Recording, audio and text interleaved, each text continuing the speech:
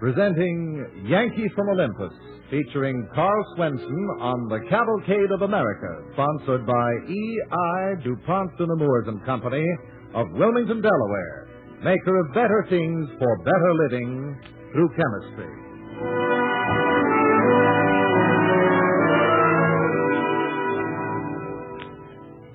Before we begin our play, here's a bit of information about an item in everyone's daily diet: eggs.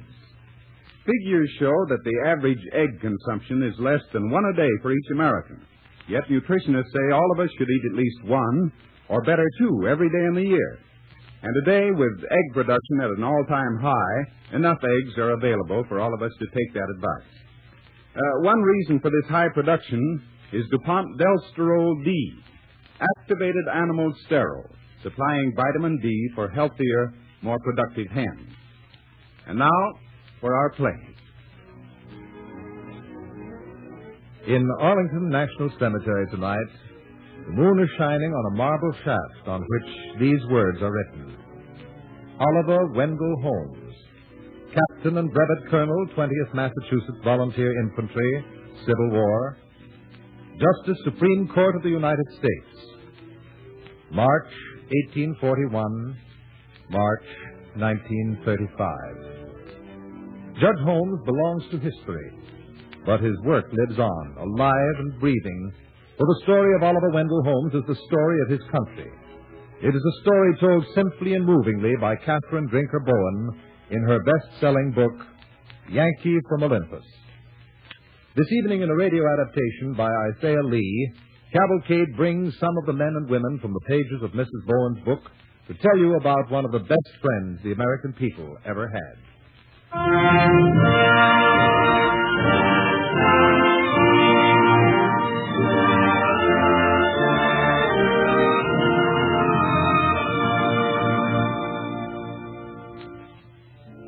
am John Holmes, Wendell's uncle. We're Bostonians, and the most famous of our family was Wendell's father, Dr. Oliver Wendell Holmes, poet, physician, and author of The Autocrat of the Breakfast Table. Dr. Holmes was an autocrat indeed, though blessed with a sense of humor. Wendell always chafed under him a little. I remember a late afternoon in December when Wendell was a sophomore at Harvard. He came home one day to find Dr. Holmes practicing his violin downstairs. Wendell came up to see me, somewhat irritated. Dr. Holmes' music was more ambitious than melodic. Good evening, Uncle John. Oh, good evening, Wendell. Father's at it again. Yes, for hours. Tell me, Uncle John, do people often burst into musicality at 50? It's not music. It's manual dexterity. Don't you remember how passionate he was about the microscope a few years ago? But the microscope didn't make a noise. You see, Wendy, your grandfather raised us to believe in the devil. But things have changed around New England, and the devil has sort of disappeared. Your father was lost without the devil to fight, so he stands on platforms and denounces slavery or tries to master the fiddle. It's the New England mind. Well, I don't have it. Haven't you? You're more like your father than you care to admit. No, I'm like you, Uncle John. I'm not always striving and sweating after something I can't have.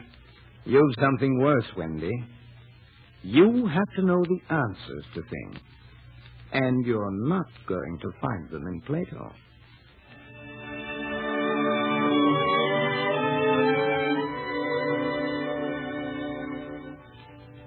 Plato, violin playing, Wendy standing in the junior class. These were the things that occupied my family in the winter of 1860, while our country rushed precipitously down the slope that led to civil war. A presidential election was coming. Abraham Lincoln was a mere local politician, and Boston paid him scant heed. Wendy cared more about winning the undergraduate prize for his article on Plato than he did about the coming election. He announced it to us, then ran over to the Dixwells on Garden Street to tell them. We smiled. After all, Fanny Dixwell was a very beautiful girl. I've won, Fanny. I've won. I'm ever so glad, Wendell. Really, I am. You deserved it. Well, how did you know? Did you read it? Yes. Well, Shall I be frank? of course. Well, it's serious and good. And I'm glad to see that you've lost traces of that cocksureness you used to have, but it's too long and its sentences are a little stilted and uncertain. You're laughing at me again, Fanny. Oh, no, Wendell.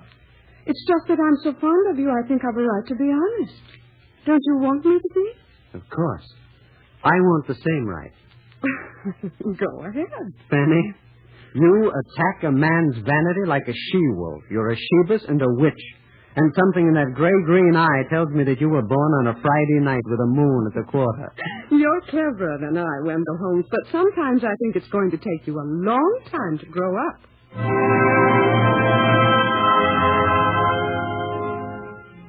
I was wrong. Events occurred that made Wendell grow up far faster than I thought he would. War.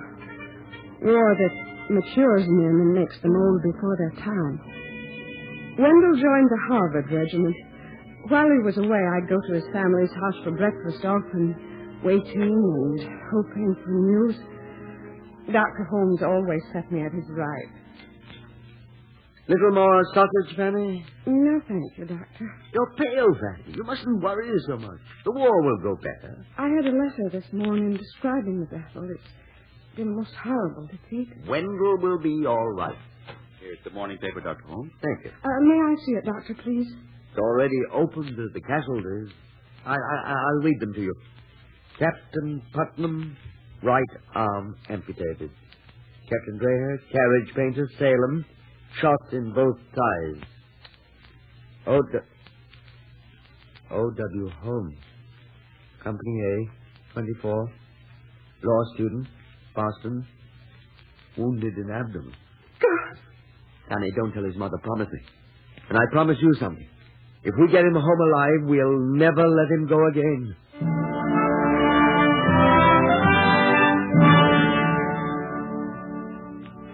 I'm Wendell's mother. Fanny and my husband thought they could keep news of Wendell's wound from me, but they couldn't. I knew then as I knew the next time, for he came home and was healed and went again. And this time he was lost on the battlefield. My husband set out to find him. A bewildered search that led him through all the cities of the war, until on the 6th day, our son was found. Home again, healed again, and back to duty, and wounded again. The 3rd time. 3 wounds had my son. 3 wounds to save the Union. And then, thank God, peace came, and Wendell could go back to Harvard Law School. This may sound like motherly pride, but I knew from the beginning he had a future in the law. His father was critical. We were sitting at breakfast with my brother-in-law, John, discussing it.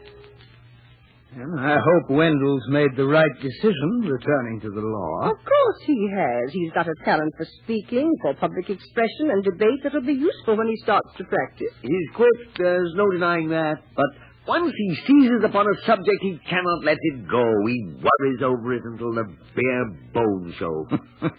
Wendell puts a but at the end of every sentence so he can keep on without a pause. He's so deep in the law and its relation to the way that men live together that he's blind to everything around him. What do you mean, John? I mean Fanny. That girl's in love with him, and he's in love with her, but he does nothing about it. I must talk to him about that. Don't you dare, Oliver. I made that fatal error. I told him he wasn't very smart about girls. And what did he say? He said, "Not smart about girls, Young fellow, when you learn to manage the ladies as well as I do, you can start giving advice to your old Uncle Wendell."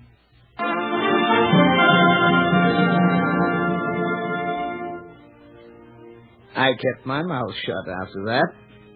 But I watched as Wendell graduated from law school and went to work in the office of our old friend George Shattuck. He tried his first case and lost it. I knew he'd never make a trial lawyer. He was interested in the law, not in clients. So he read and studied and worked, and was finally rewarded with an instructorship at Harvard Law School. And through all this, Fanny waited. I could stand it no longer. On a Sunday, I took him up to the third story of our house to talk to him. I was pretty winded. You're so stubborn, Uncle John. I'd have come up here to get your tobacco for you. I didn't climb these penitential stairs with tobacco. Oh? I came about you and Fanny Dixwell. What about Fanny Dixwell? The best girl in Cambridge. There is no higher praise. She is in love with you. I think that's my business, Uncle John, and Fanny's. What is the matter with you, young man? Haven't you looked at Fanny lately? Her eyes, as if someone had whipped her. She is 30. 31, maybe. So are you. Wendell, you have loved that girl for years. We've waited patiently, all of us, for you to find it out. But there is an end to patience. Yes. You're right, there is an end to patience. Where are you going? To ask Fanny to be my wife. And I bet she turns me down.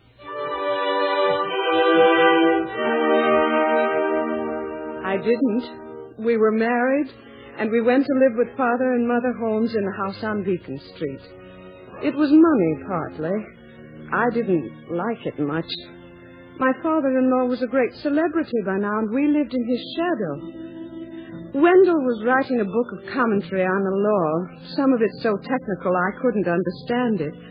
I knew he'd never get to be a full professor until it was finished, and I knew we'd never have a place of our own until then. It was hard to wait. Then one night, George Shattuck, the attorney for whom Wendell had worked, came to see us. Holmes, you've heard I'm reorganizing the firm. You're done with your book. How about coming into my office next fall as a partner? You and I and Bill Monroe. I can bring you no clients. We all know that. But you'll have your uses. It's even possible you know things about the law we business lawyers have missed.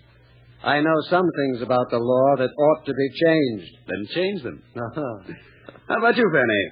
Do you think we can keep his nose out of ancient law books long enough to do a little business? Seems to me you young people might have uses for a little money of your own. I'm already debating with myself whether the drapery shall be blue or green. Mr. Shattuck, we're going to have a home of our own.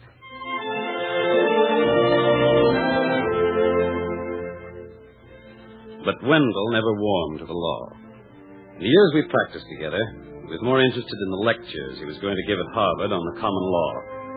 Lectures that for the first time made it clear to us where Oliver Wendell Holmes stood. As we sat in our office and he told me about them, I knew I was going to lose him.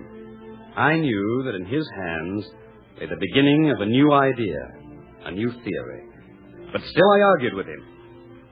But everything must change with events, George. Even the law. But, Wendell, law is precedent. A judge must decide as others have decided before him. That's the whole basis of our legal system. No, George. A good judge interprets a law according to the result it'll have upon the community at large. That's a revolutionary idea. No, not at all. The law embodies the story of a nation's development through many centuries. Law isn't just logic. It's experience. It must enrich men's lives and make for them a better world in which to live. Otherwise, it's a dead and useless science. You say that now. I wonder what will happen if you're ever on the bench. The bench? Oh, there's not a chance. You don't have to worry, George. I'll spend the rest of my life playing nursemaid to our clients.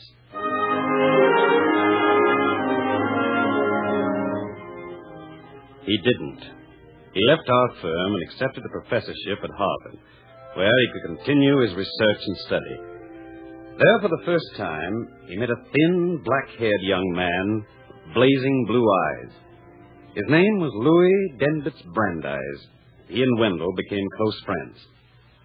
Tell me, Louis, what gives you this passion for social reform? What makes you so interested in the common man? Go and see the slums of Lowell. Go and see the way men live in Lawrence, Massachusetts. You'll have your answer. I've got my answer. And it's the same as yours. Look at us, Louis. We couldn't be more different. And yet we couldn't be more alike. It's simple. We're both of people with a passion for liberty. But you and I have reached our feeling by different paths. Well, what do you mean, Lloyd? I was born and raised with the essential need for liberty. You sense that need. Well, isn't sensing good enough? Every word you say is proof that it is. Thank you, Lloyd. It's a privilege to hate the same things that you do. Injustice, tyranny, and the passion of the few to rule the many. Perhaps together we can fight them. Who knows? No. I doubt it.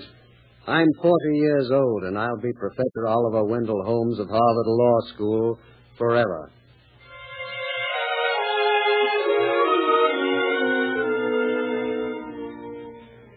You are listening to Yankee from Olympus, a radio dramatization of Catherine Drinker Bowen's #1 bestseller, featuring Carl Swenson as Oliver Wendell Holmes on the Cavalcade of America, sponsored by E.I. DuPont de Nemours and Company of Wilmington, Delaware, maker of better things for better living through chemistry.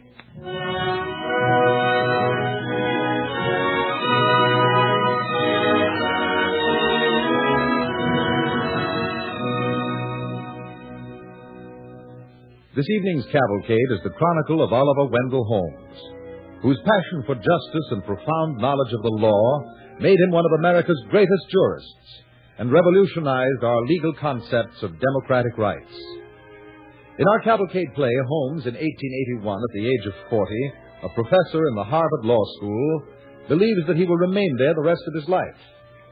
In December 1882, Holmes is called out of his classroom by his former legal partner, George Shattuck. Shattuck is the bearer of exciting news. Justice Otis Lord has handed his resignation. Governor Long wants you for that vacancy in the Supreme Court of Massachusetts. He has to submit your name to the council by 12 o'clock. He has to have your consent first. It's 11 now. That gives me exactly 1 hour to wipe out the past and change the whole future. Surely you're going to accept. George, I have a philosophy about the judicial function in the common law. Until now, I've talked about it. Now I must live it through. And I will. Believe me, I will.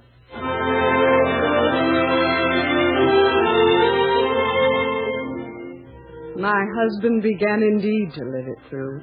It was slow, almost 10 years before he gave voice to the first of the opinions and dissents that were to make him famous. In those years, his mother died, and his father, and his Uncle John was getting old and feeble. I myself had a long severe illness, rheumatic fever. But Wendell, we'd begun to call him the judge quite casually by now, the judge grew in his heart and in his mind. His opinions were always on the side of fairness to the common man, and most always they were dissenting opinions. But respect for the judge's courage and farsightedness was beginning to grow. The world was moving on, too. The Spanish-American War was upon us, and Uncle John died. The judge was 58, a time when men have a right to think their lives reached the narrowing point. He'd been on the bench 18 years, and now he was appointed Chief Justice of the Supreme Court of Massachusetts. Theodore Roosevelt became president, and Theodore Roosevelt wanted my husband as Associate Justice of the Supreme Court of the United States. Wendell hesitated. We talked it over as we talk over all things, and I persuaded him to accept. A month later, he stood in the great chamber of the court and swore an oath.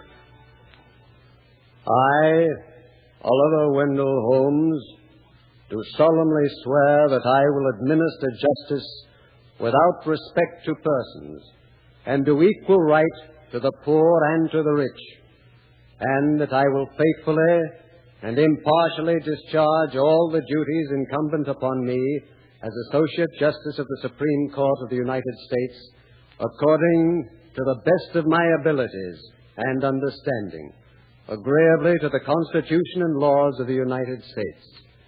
So help me God.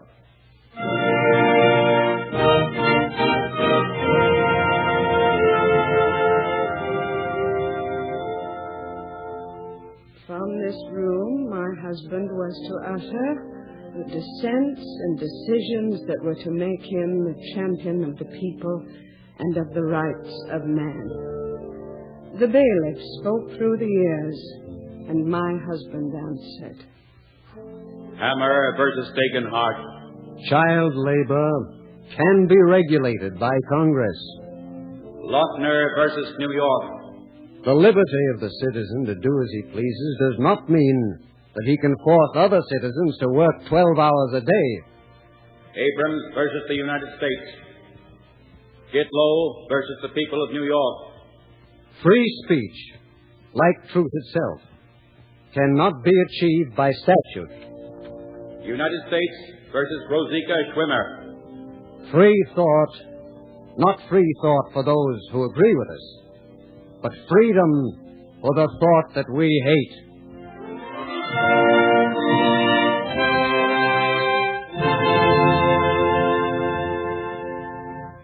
And so, as the world moved on, and the First World War came and went, my husband became known as the Great Dissenter. But we were both getting old. I was 88 years old when I broke my hip.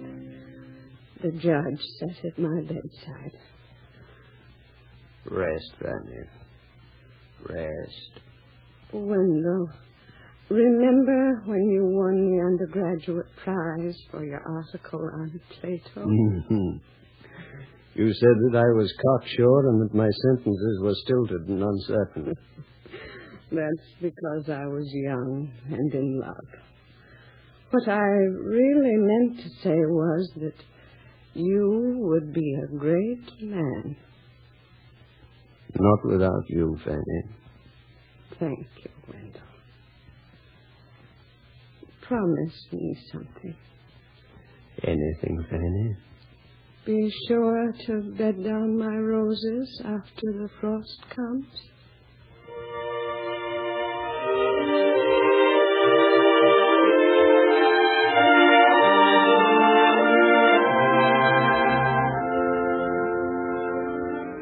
I am one of Justice Holmes' secretaries, one of many who owe our careers and any understanding we might have to his great heart and incomparable brain.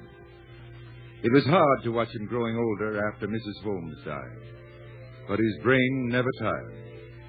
And then, 3 days before his 94th birthday, he joined her in death. From the floor of Congress, from the White House, from the Inns of Court in London, scholars and statesmen gave tribute, and the people mourned. Men called Oliver Wendell Holmes the Great Dissenter. The title was misleading. To want something fiercely and want it all the time, this is not dissent, but affirmation. The things Holmes wanted were great things yet to be realized. Men are fighting and dying for them now.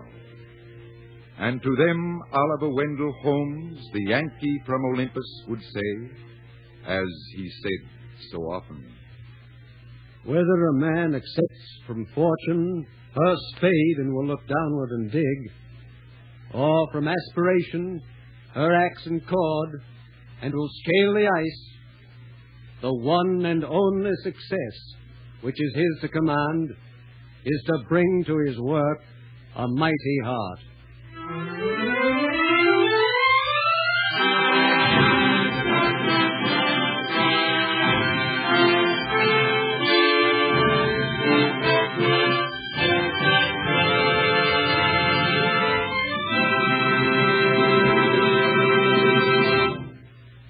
Thank you, Carl Swenson and members of the Cavalcade cast. Now, here is Ted Pearson speaking for the DuPont Company to tell us of the use of a new chemical development which helps protect the lives of our merchant seamen. More than 500 Axis submarines have been sent to the bottom in this war. Germany still has U-boats, but they're now the hunted rather than the hunters. Our effort to end the submarine menace was divided into two parts: destroying enemy submarines wherever we could find them, and saving men and material from our own ships in case they were torpedoed. The story of the secret devices that help us locate subs and blow them out of the water can't be told until after the war. But there's a story of a life-saving suit that can be told. A special sea-going suit of clothes to which many an American seaman owes his life. A splash of flame in the night, a ship going down, and then bobbing on the dark water astern, little red signal lights marking men who jumped overboard when the torpedo struck. In the old days, the icy water of the North Atlantic would have numbed them into unconsciousness and death in half an hour. But these men were wearing a new life-saving suit made of DuPont neoprene chemical rubber. Regulations now provide that every merchant seaman on a ship of American registry, sailing ocean or coastwise, must be provided with one of these life-saving suits. Designed to Coast Guard specifications, they're made in one piece of fabric, impregnated and covered with DuPont neoprene, with gloves, feet, and helmet attached. There's a zipper up the front and a drawstring around the neck. Men hop into the suits in a few seconds, pull them on right over warm clothes and life belts, and then jump into the water. And a man floats with his shoulders above water. Weights in the feet of the suit keep him upright. The waterproof suit keeps the heat of the body in and keeps the icy water out. There's a tab on the shoulder to which a signal light can be attached and a harness to make it easy for a rescue craft to hoist a man out of the sea. If a man is pulled out of the water into a lifeboat or onto a raft, his suit continues to protect him against the cold and exposure that used to end the lives of so many men adrift at sea. And if a sailor must swim through burning oil on the surface, the neoprene suit gives him added protection because neoprene, unlike natural rubber, resists flame. Leading rubber manufacturers are making these protective suits of DuPont neoprene for merchant seamen. The suits are saving many lives. That's their wartime job. And there's every reason to hope that all American merchant ships will carry these new life-saving suits after the war. Just as many articles you will use after the war will be improved by the qualities found in neoprene, one of the DuPont company's better things for better living through chemistry.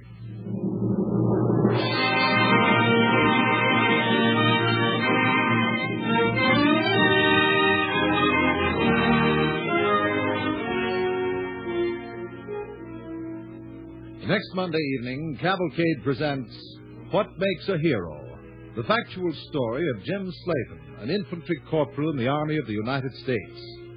A little man who was called upon to play a big part in the war and who made the most of it. Jim Slayton was undersized in stature, but oversized in courage, and his fabulous exploits earned him the highest awards of 3 grateful Allied nations.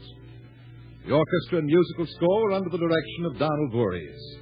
This is Roland Winters sending best wishes from Cavalcade's sponsor, E.I. DuPont de Nemours and Company of Wilmington, Delaware.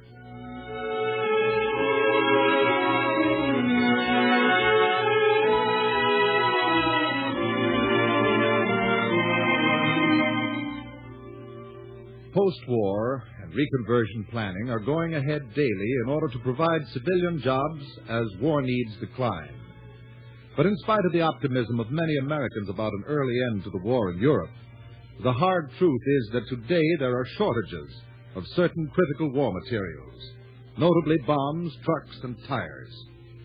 Our military progress has greatly increased requirements for many highly essential items to be delivered on short notice. So long as the war is being fought, our men must have the best materials we can provide. Victory in the shortest possible time cannot be realized unless all available manpower is completely utilized. At this very moment, war workers are desperately needed in many areas.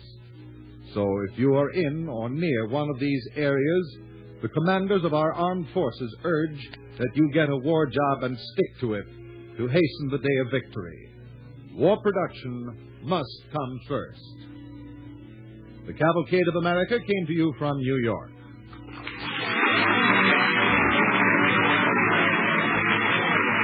This is the National Broadcasting Company.